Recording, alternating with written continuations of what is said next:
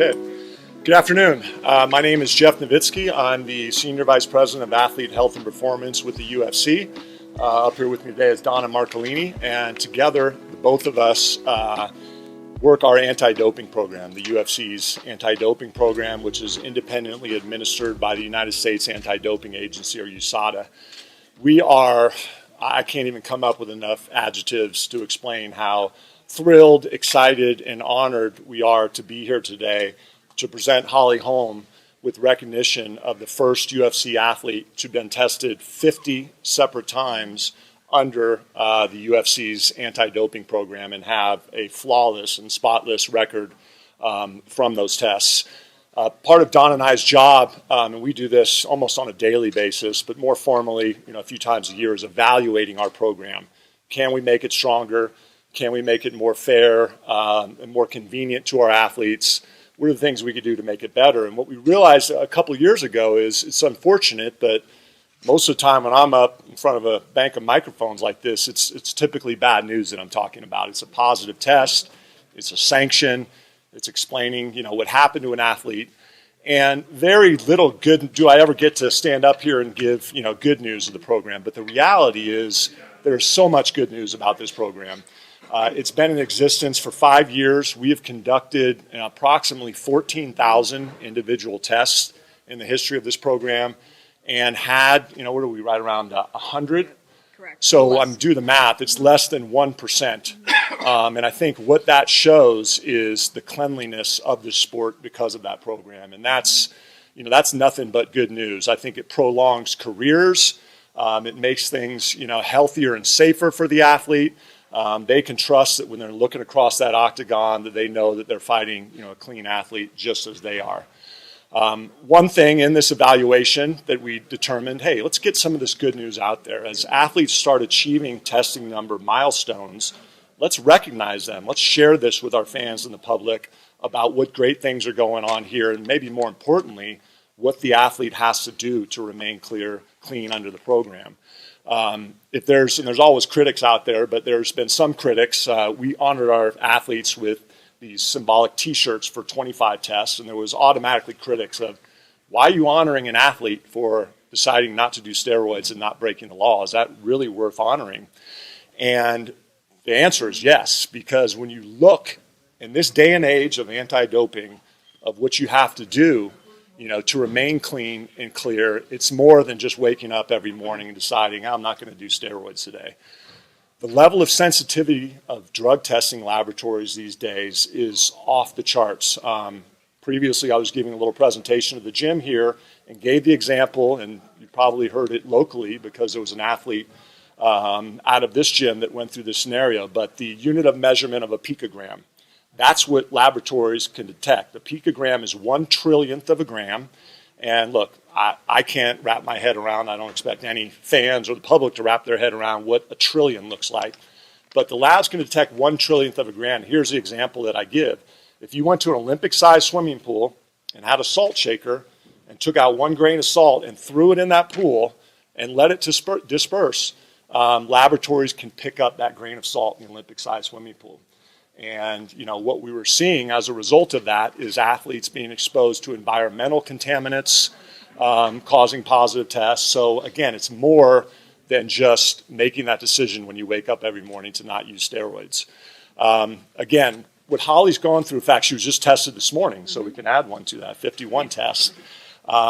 Here's what you have to go through to make sure over a 5-year period tested that many times. You have to let USADA know where you're at so you can be tested. Our program is a true 365-day a year, 24-hour-a-day program. Holly and any other UFC athlete can be tested at any time, and it's unannounced. There's no advance notice. Not even the UFC knows. You compare that with some other professional sports, only tested during the season, only tested when they get to the ballpark. In fact, Holly this morning, the tester came to her house early. She wasn't ready to provide a sample, so followed her here. So she, every day, has to let USADA know where she's going to be tested. She's got to be so ultra careful about everything that she ingests. There's tremendous problems with the dietary supplement industry. It's a very personal observation of sample collection. This isn't a program where our athletes are given a cup, go into a stall, and come back out with a cup of urine. These are observed, intimate collection process, often in front of strangers. So I think it's very, very significant and worthy of recognition when an athlete like Holly has been in a program for 5 years and had in excess now of 50 tests. I was thinking this morning, there was an article that came out in The Athletic on one of our photographers, and it had a shot of Holly fighting Rhonda in Melbourne. I had the honor of sitting cage side. I was right up close watching that. And she's got to be considered one of the most iconic UFC fighters in history.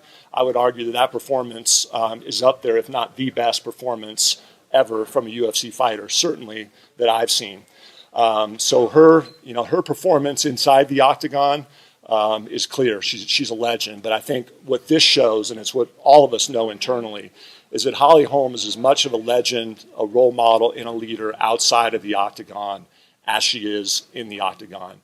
I'm so proud to be able to be up front and observe her career and have her be that leader and that role model for the UFC in our program, not just to other UFC athletes, but to other MMA athletes from other promotions, other professional athletes, and to young boy and girl athletes throughout the world. Holly Holm is the epitome of a leader and a role model. So to recognize Holly for her 50 tests. We've stepped our game up a little bit, and so here's a little Letterman's jacket with the 50 time symbol here, Holly's name on it, and UFC on the back. So Holly, we couldn't be. Do I put it on? Yeah, throw that thing on. Congratulations. Thank you. We couldn't be more honored and more excited to honor Holly Holm. Take a picture. It fits. Yeah, it works. All right. Awesome. All right, you're up first. Oh, okay. Oh, we're talking first. Oh, okay. Well, thank you all for coming out. Thank you for the kind words. I mean, it's an honor to get this, and I'm thankful that there is the testing because I know that I'm facing someone who's also clean. For me, I guess it's never really been like, I've never wanted to use any kind of performance enhancing because it's always been something that I want to know that I know my own hard work and my own, my will, my passion, everything is always what I've kind of relied on for a victory. So I feel like it always gave me more of a confidence going in, knowing that I did it myself and didn't have any help. I think that's kind of more my mentality for it. But I still do get really curious about all the different supplements because people are out there, there's stuff that you don't even know you're taking, you're not intentionally wanting to take.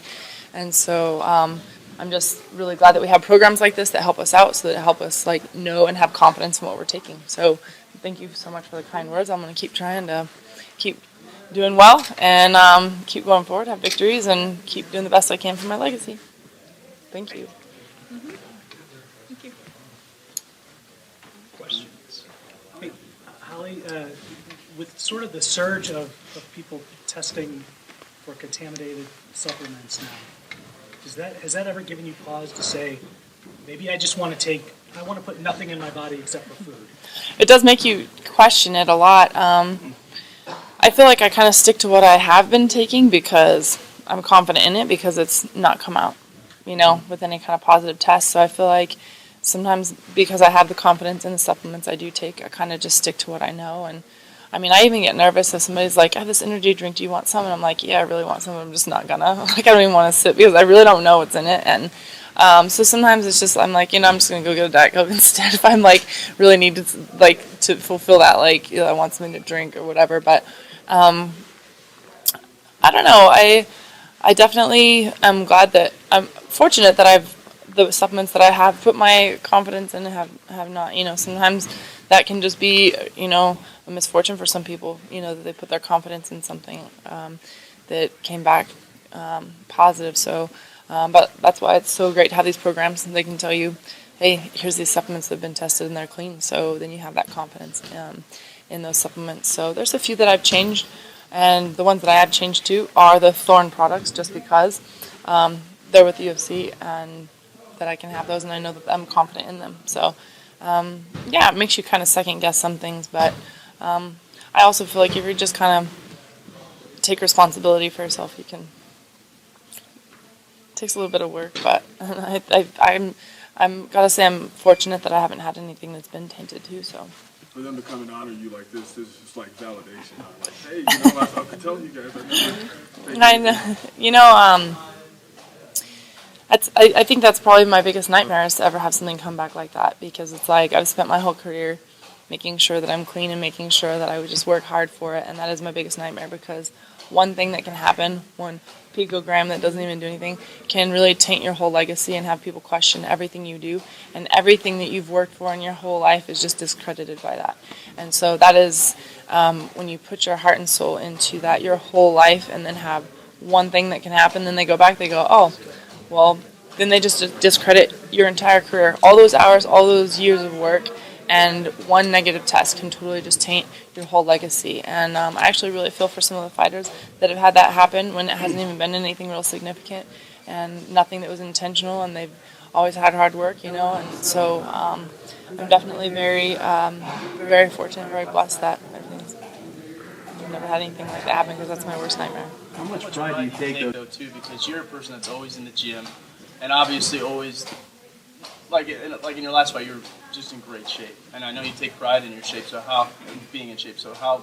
I mean, now that you have the validation that you are all natural and you're just really good shape. I feel confident in my conditioning, and I do feel strong, and it is just from hard work, and it's not really just from one training camp. It's from all the years. I don't really like to take too much time off in between fights, because I don't want to be starting from square one every time I have a fight camp. But there's little things that get physical endurance gives me mental strength, So when I know that I'm going to be conditioned, then I'm more confident in being able to kind of keep whatever pace a fight brings. And with that, I mean, in training, there's times, this last fight, there's a lot of nights and evenings spent at the hospital. So I would go running at 11:30 p.m., and I'm running at 11:30 thinking, well, I know my opponent's not doing this, and so I know that I'm going to be that one step ahead. And so sometimes it's just the choices that I make and that anybody can make in a training camp. We all train hard, but and there's a lot of people out there that do. They really train hard, but that's what I put a lot of my confidence in, is that I know that I have the drive and the ambition for it, and then that carries over into the fight. How quickly do you want to get back in there? I mean, I know it's just been a month or so, 5 weeks. Yeah, I'm ready. Yeah. I'm definitely ready to fight.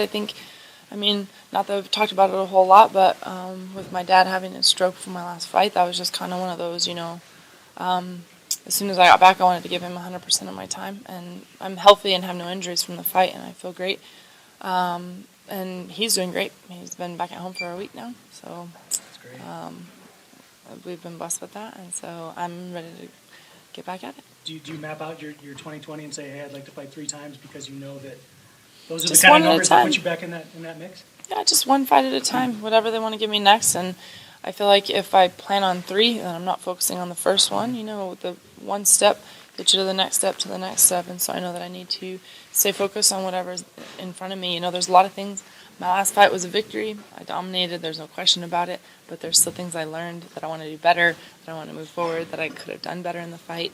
And so I want to work on those things, and I need to implement those in my next fight and just focus on the next thing at hand. I'm sure you get some quality time with your father now. I did. Something like that would put a lot of things in perspective. Absolutely. It's actually quite spectacular how well he's doing for how big of a stroke he had. So, he has no paralysis and talking fine, living on his own. And I was on a bike ride with him the other day. We rode like 4 miles, and I was like looking at him, and I'm like, I did not think I'd be doing this 1 month ago. Spending the night in ICU and for 4 nights, and then going to a regular room for a while, and then going to inpatient rehab. And it just it shows how well he was taken care of, and the guidance he had as well. A lot of great doctors, so I'm very thankful for that. And I know leading up to the fight, my dad would never have wanted me to just have to cancel everything to sit aside. I know he would want me to keep pushing forward. Was one reason why I still kept the fight. And secondly, I knew that once he didn't have all the help of the doctors and the nurses and was out, that's when he would need more of my time, and that was going to be when my fight was over.